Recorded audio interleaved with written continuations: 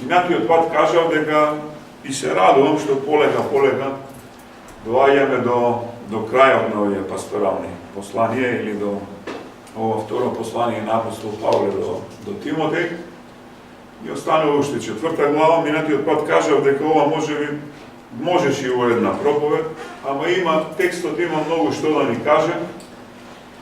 И јас го поделив минатиот пат 4 стиха и овој пат 4 стиха, и ако се сеќавате, самиот текст некако се дели на апостол Павле вели ти. Така беше и минатиот пат и фактички завршив до 13 стих. И 14 стих повторно апостол Павле на многу интересен начин почнува со една иста фраза, вели ти, или барем ти, или што се однесува до тебе, на Тимоте, и ќе видиме што говори апостол Павле.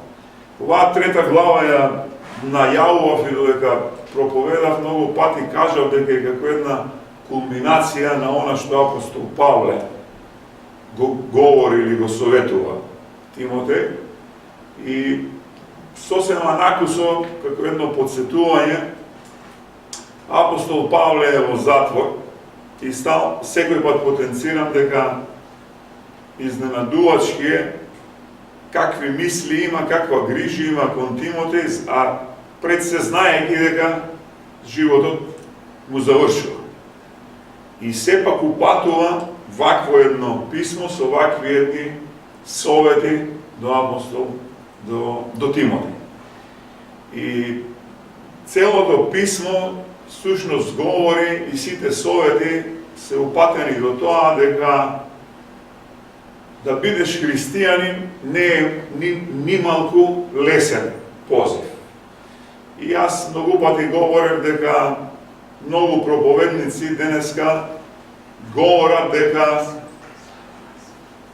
христијанството е лесен позив. Од кои причини што многу пати велат, ако имаш мака, дојди, стани христијанин, ќе ти се решат проблемите. Да, но некаде е така. Ако сакаш мир, ако сакаш спокојство, ако сакаш просперитет, ако сакаш богатство, да, некаде е така.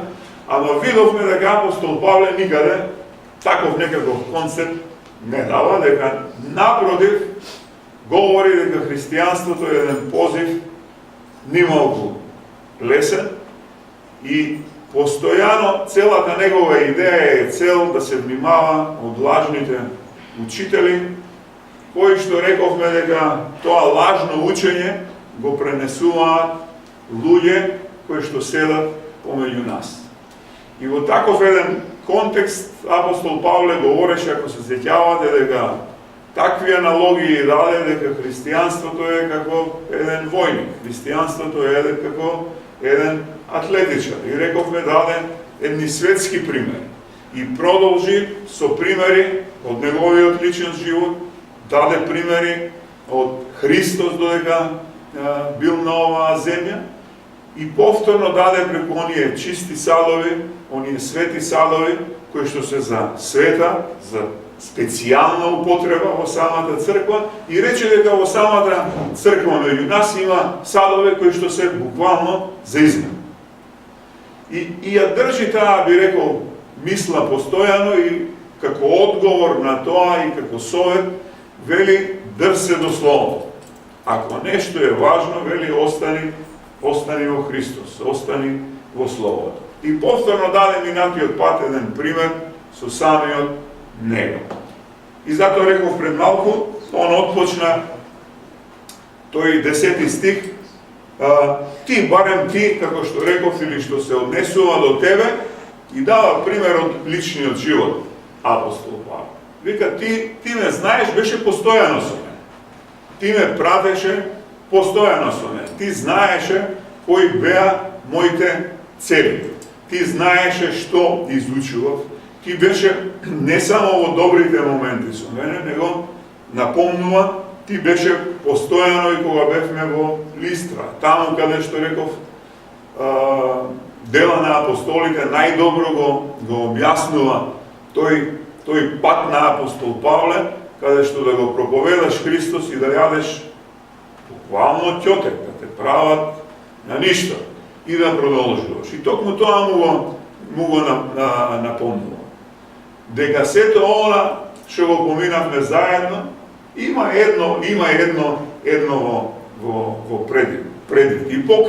И покрај се, не е некој што треба да му кажуваш, идејата беше дека многу еднаква е паралелата како нашата вера во Христос. Ние веруваме во Христос како заедница, меѓутоа имаме и определени практики како производ на таа вера. И сето тоа апостол Павле му вери дрсе до Словото, бидејќи сето она што си го научил, сето она во што веруваш, има и убедување. Јас многу пати сум говорил, има луѓе и додека студирав, знаева да кажат дека за определени предмети или кога завршивме, викаве завршивме, ама немам убедување у самото тоа. Токму таква е идејата. И ја верувам дека секој еден во почетоците на своето поверување, на новораѓање како што збориме, апостол Павле исто вели, нели, заработувај теа вера, нели, или изработувај теа верата. Постојано па велиме, нели, сме спасени, се спасуваме, кој еден ден ќе бидеме спасени. Идејата ми е дека на самите почетоци не верувам дека секој имал такво силно убедување во верата. Но затоа со тек на време, со тек на изучувањето, со тек на растењето, со тоа што Светиот Дух го прави во нас и таа промена ќе видиме, човек добива една убедителност во целата работа и во таков еден контекст говори апостол Павле.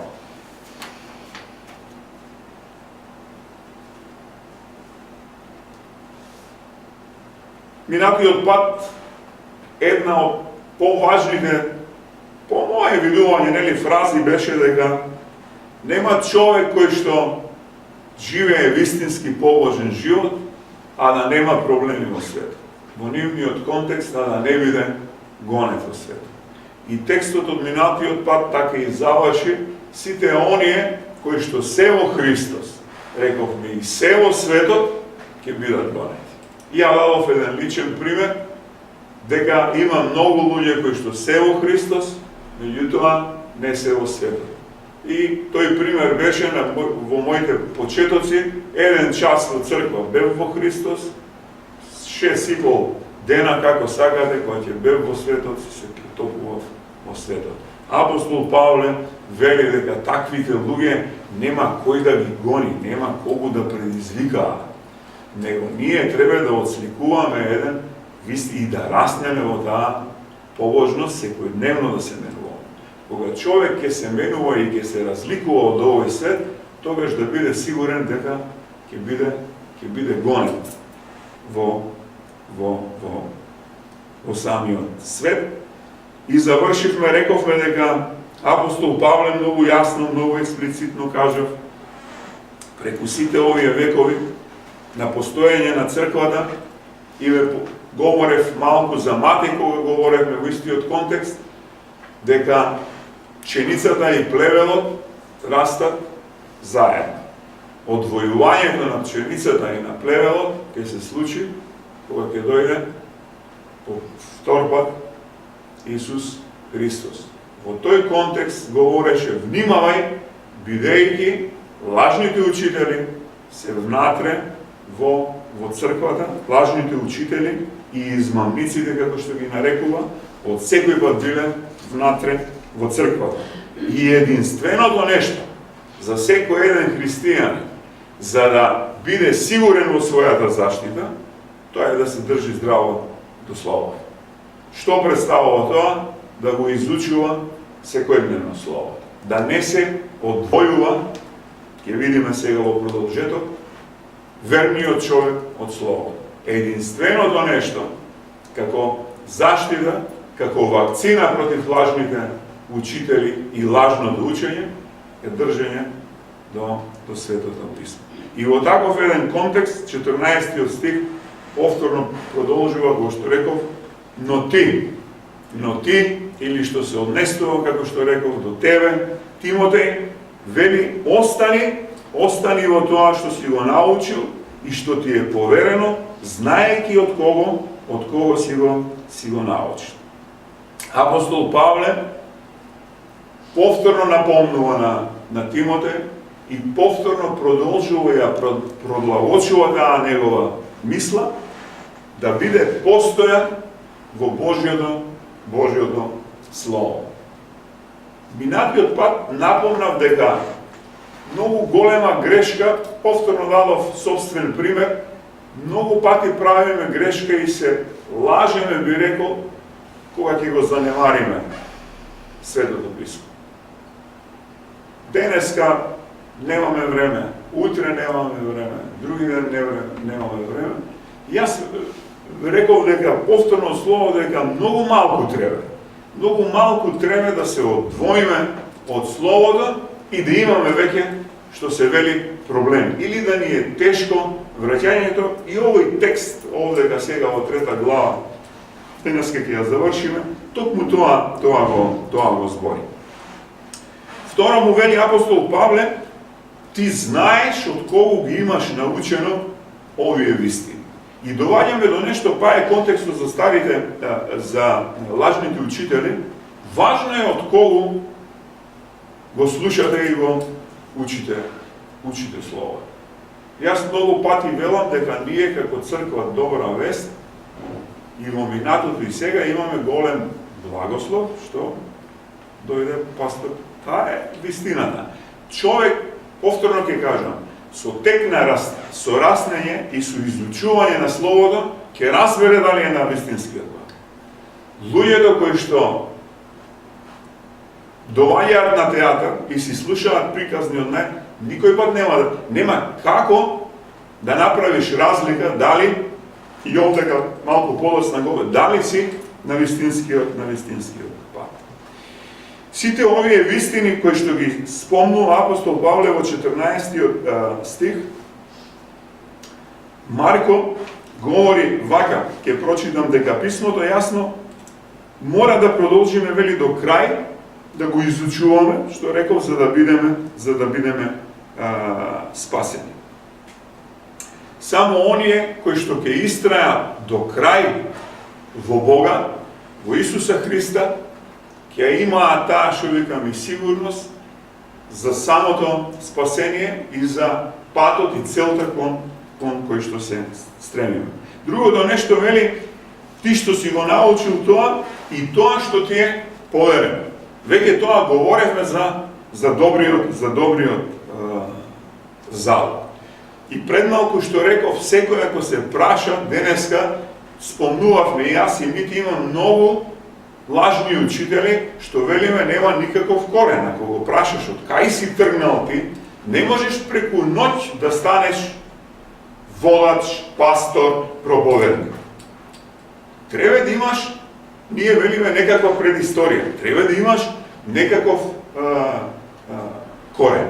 Во таков еден, токму тоа му го збори апостол Павле. Ти имаш предисторија.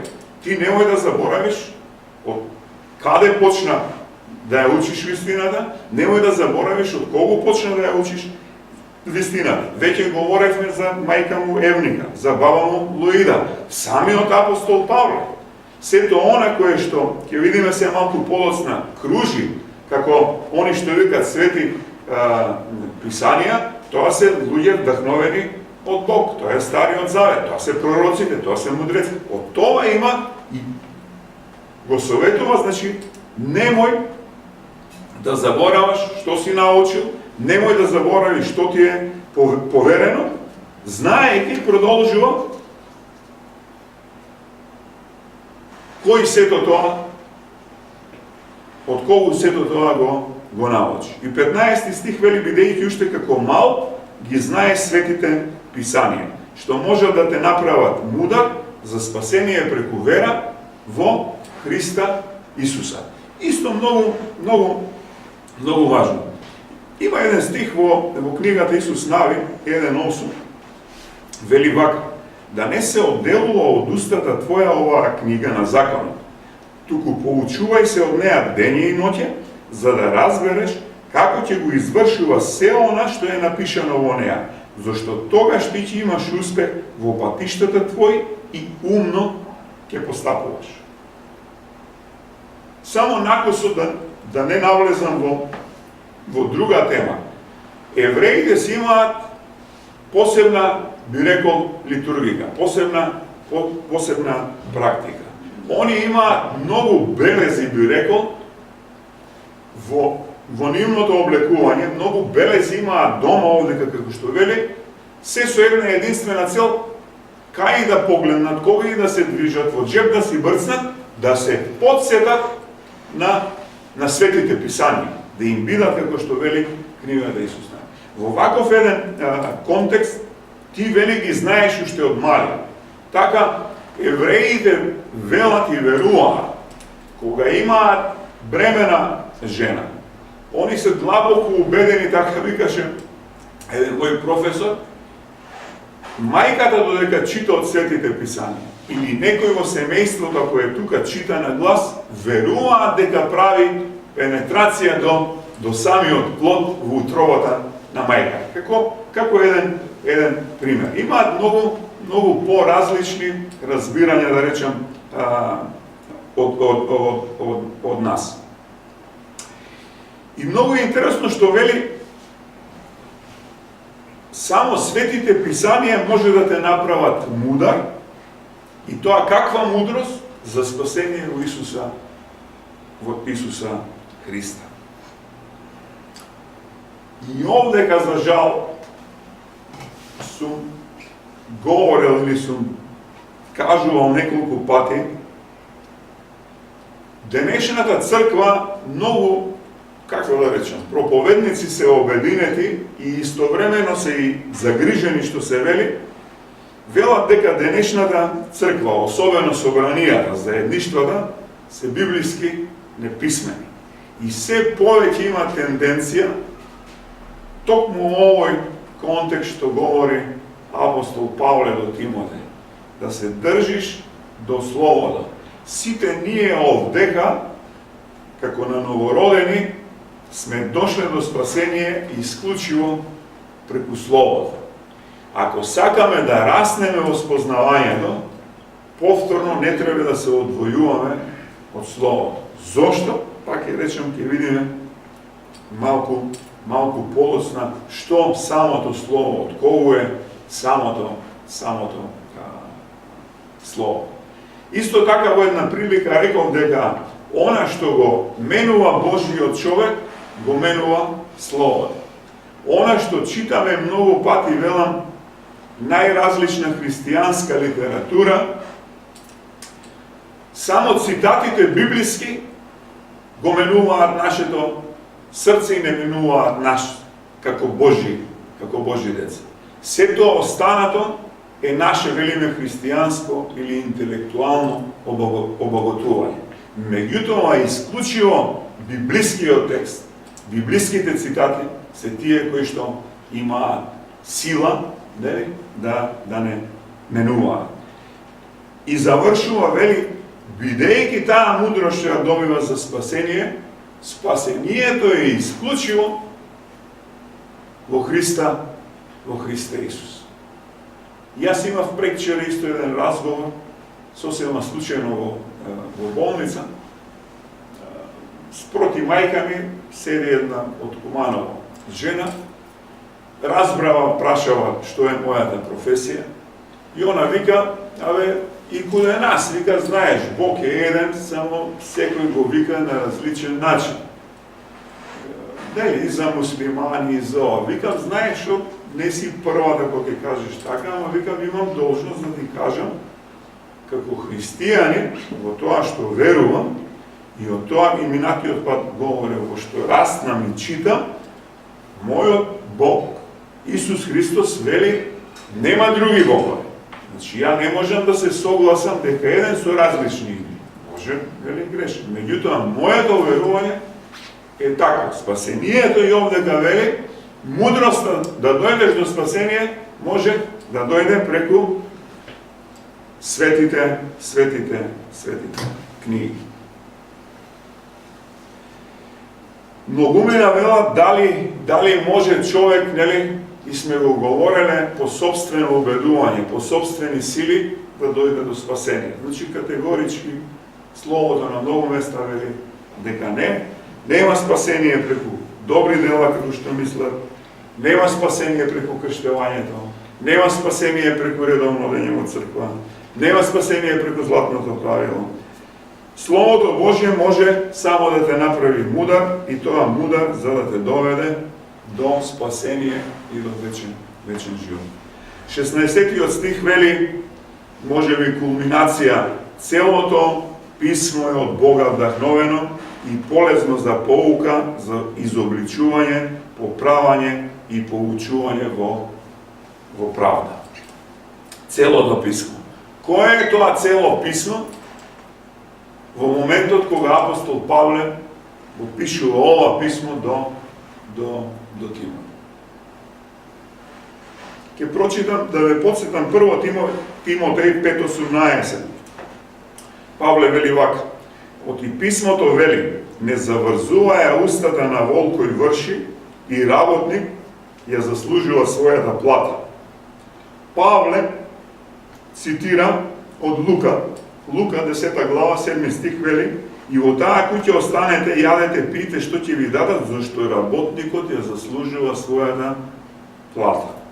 А ако се вратите назад до Тората, до 5 книги Мојсееви, у 5 Мојсеева 25 стих 25 глава 4 стих вели вака: не врзуваја устата на волот кога врши.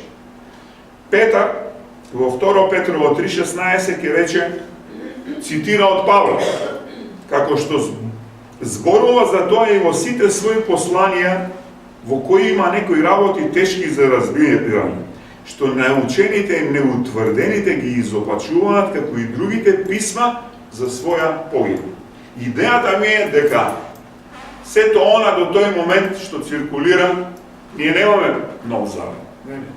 Но, еве, иако се 3-4 години разликата од ова писмо и 2 Петро на Петар, мислам дека толку е, од прилика, и веќе писмата циркулираат низ црквите и низ верните луѓе.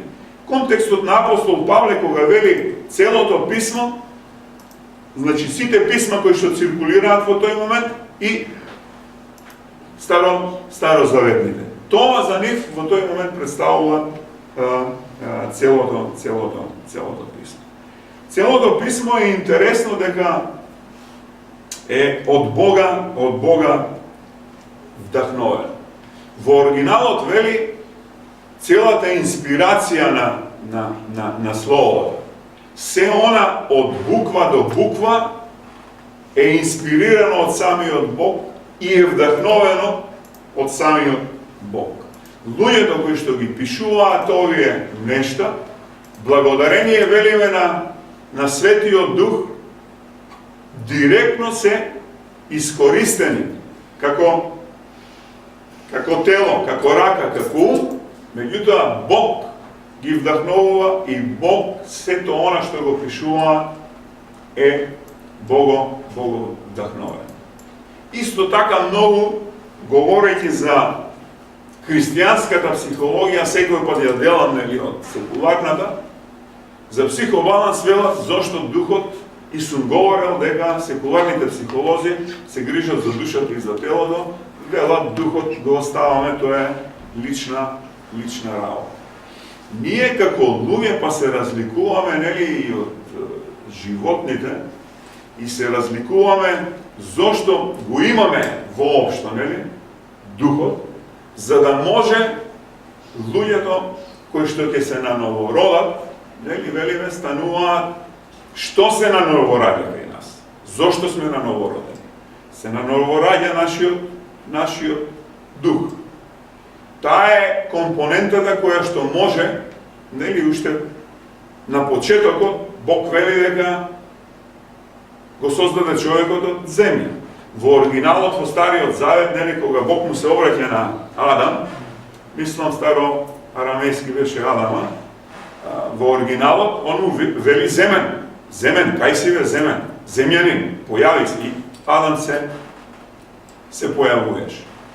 Во создавањето, нели, вели дека му вдахна дух и стана жива душа. И многу пати тешко е да се одвојат нештата, но ние се обидуваме, нели, секој пат велам, да ги раздробиме, за да може да бидат по-разбирливи за луѓето на кои што збориме, бидејќи повторно сака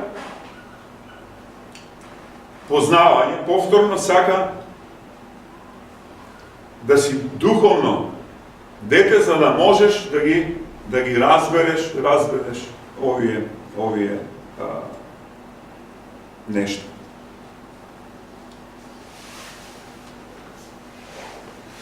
Во целиот Нов Завет, само накусо да кажам дека духот се употребува како пнеума, зборчето, и тој збор и кај нас во преводот значи и ветар, значи и здив, значи и дух, значи и свети дух, кое што најмногу се употребува, но човек треба да го гледа контекстот. Единствено контекстот определува и кажува за каков дух станува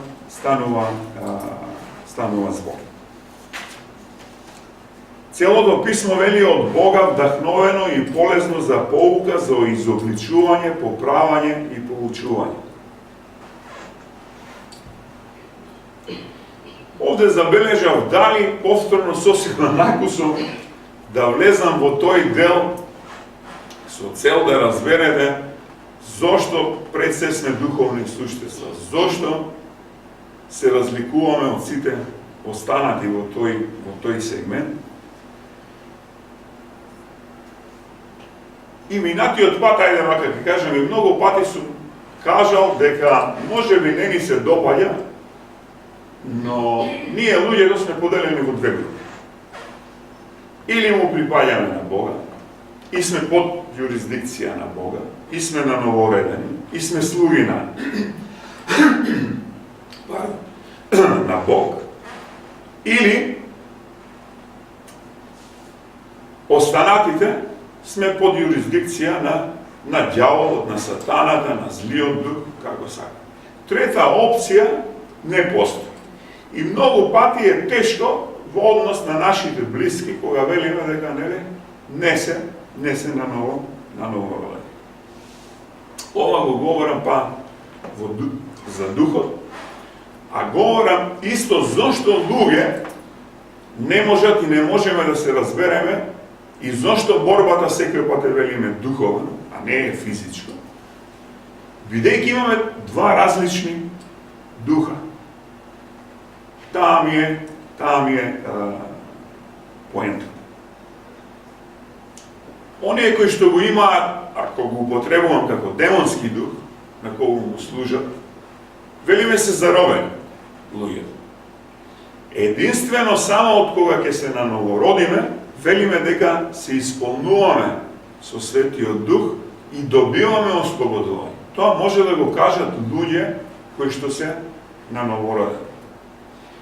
Вториот сегмент или процес се случува, велиме дека луѓето, говорам и од аспект на христијанска психологија, дека луѓето кои што не го познаваат Бога, знаат и да кажат и самите не се чувствуваат своји. Единствено со наново раѓањето ние доваѓаме во една наша природна позиција за која што сме создадени и во заедништво со Бога. И можеби третото како најважно и најбитно, многу пати велиме дека што е душата.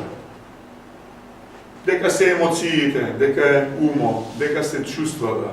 И јас знам многу пати да кажам и сум кажал дека шефот на душата е волјата.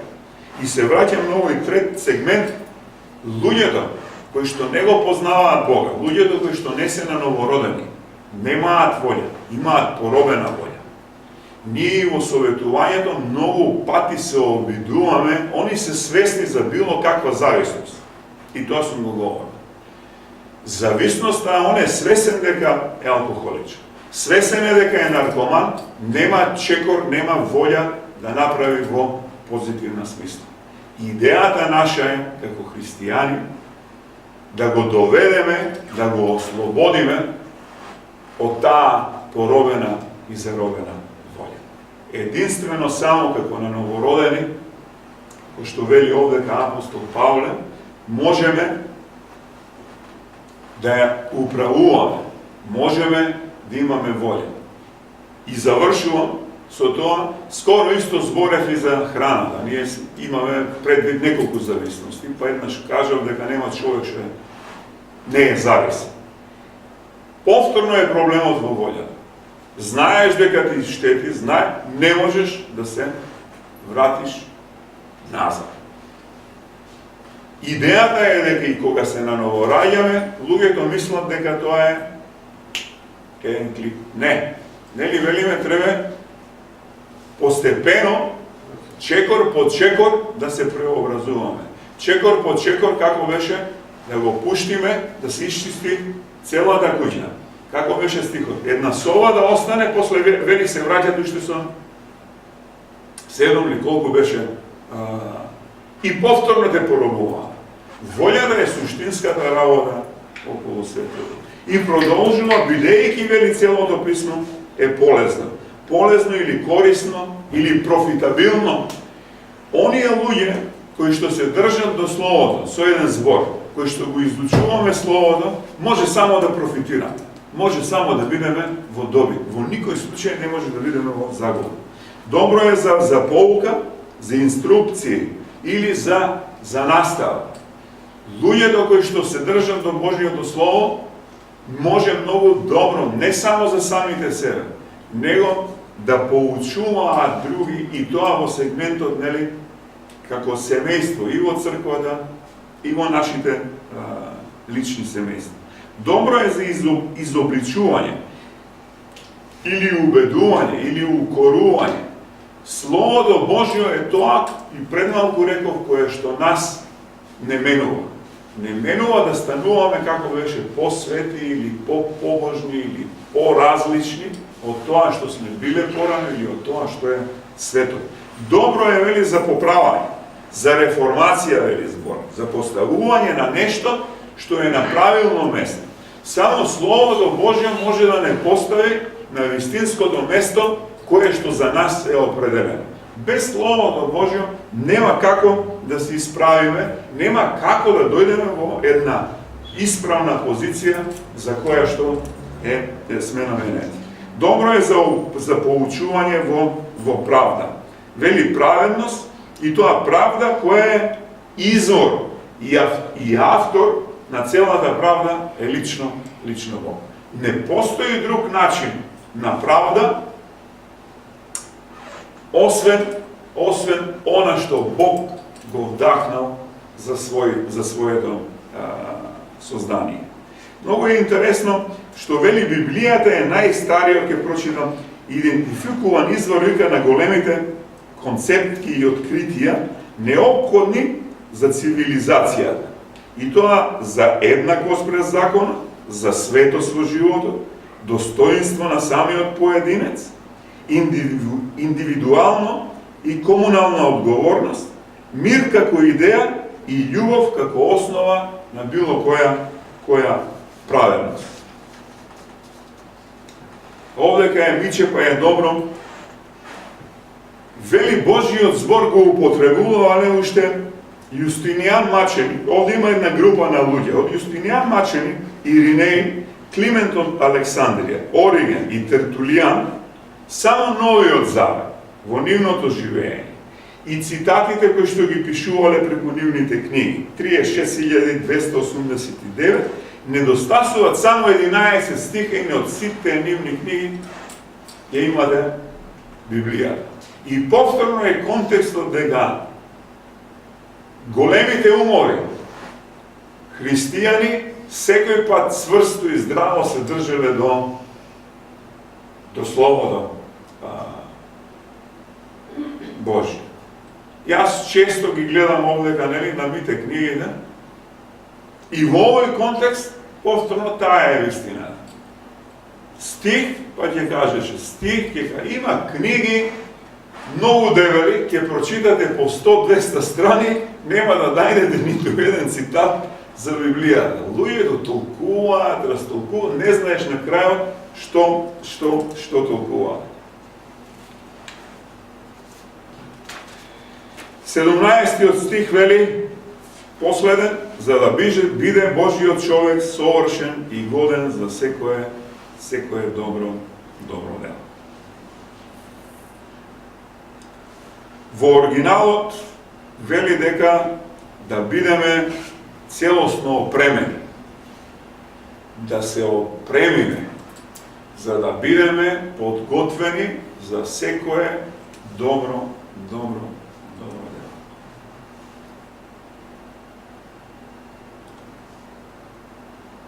Идејата на Бог за неговите деца е да бидеме подготвени за секое добро дело.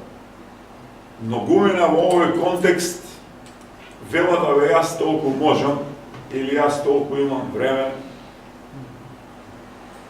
па другите кои како може и колку може. Малку ми е чудно што многу луѓе вака размислуваат како да во другиот живот, нели, зборам за нас, ово не е крајот, тогаш ќе имаат можност да ги поправат нешто. Некој е во грешки, во заблуда. Меѓутоа ја велам дека ти овдека било кој од нас не е случај. Ја во случајности веќе сум запечатен, не верувам. Ја не сум случајно овдека во оваа црква и вие. Не случајно ни се открил Бог, не привлекол. Јас секој пат имам еден личен проблем, што Бог ми е многу тешко да разберам, ама јасно што бара од мене, иначе велам стално, Господи, сум спремен, дај да го направам. Зошто? Говорејќи за ова, јас разбирам дека овој живот ни е даден за да сега се подготвиме, за да сега разбереме што е идејата Божја и да отидеме под колку што може поподготвени, ајде ќе кажем, нели во 1000-годишното царство. Ако е обратно, како што викате, јас толку можам, па тогаш кој е Бог?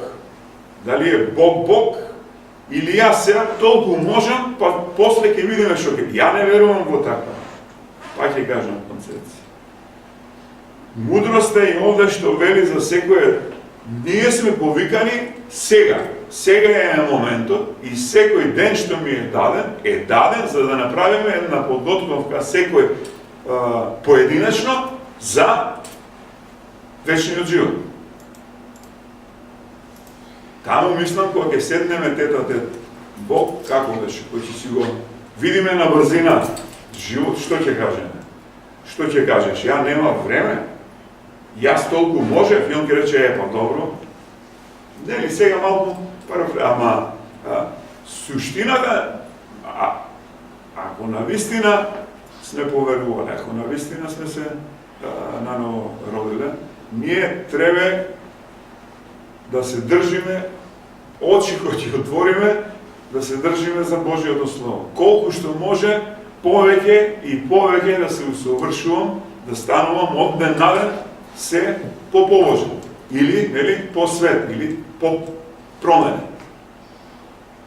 Тоа е единствената идеја и како што вели овдека, повикани сте, нели, да се подготвите, да сте спремни да бидете добри за секое добро дело. Ние не сме повикани за лоши дела, ние не сме повикани за и тоа скоро и со тоа ќе заврши. Многу пати говорам и сега имав еден случај за прошката. Ја велам наедноставно, човек зависи што е направено. Не секој пат е лесна прошката, но треба да работиш, како за било што се работи на прошката. И првенствено простувањето е за самиот себе си. Зборам како христијанин, зошто? За да бидеш годен за секое добро дело. Непростувањето само те доведува во ситуација да правиш лоши дела. Или ќе му враќаш, или ќе му... Не, ја не сум повикан, нели, за таква една работа. Простувањето, пак ќе кажаме, голема работа, но ние сме повикани само ако му простиш на човекот, може да очекуваш добри дела. Непростувањето не води кон тоа. Непростувањето само те враќа назад. И ќе завршам со Ефесјаните, 2 глава од 8 до 10 стих вели вака: зашто по благодат сте спасени преку верата, и тоа не е од вас, тоа е Божи дар, не е од дела, да не би некој случајно се пофали, оти ние сме негова творба, создадени во Христа Исуса за добри дела, што Бог ги предодредил уште порано да ги врши.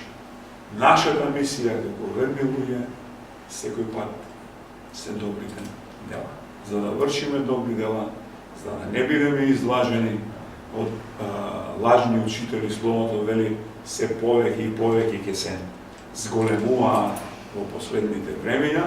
Кажавме и тоа дека последните времења не се вчера и денес, и за апостол Павле се последни времења, и за нас се последни времења. Последните времења се од доаѓањето на Христос до неговото второ доаѓање, се последни времења, и ќе има бранови. Луѓе кои што ќе размрдуваат во заедницата, за да не растресујат, како што имаше еден пастор ден денеска се смееме со мите. Ѓаволот бил крив за се, ѓаволот да си ја работи неговата работа, ако ние си ја работиме нашата работа, ќе видиме кој ќе биде победник. Да бидете благословени.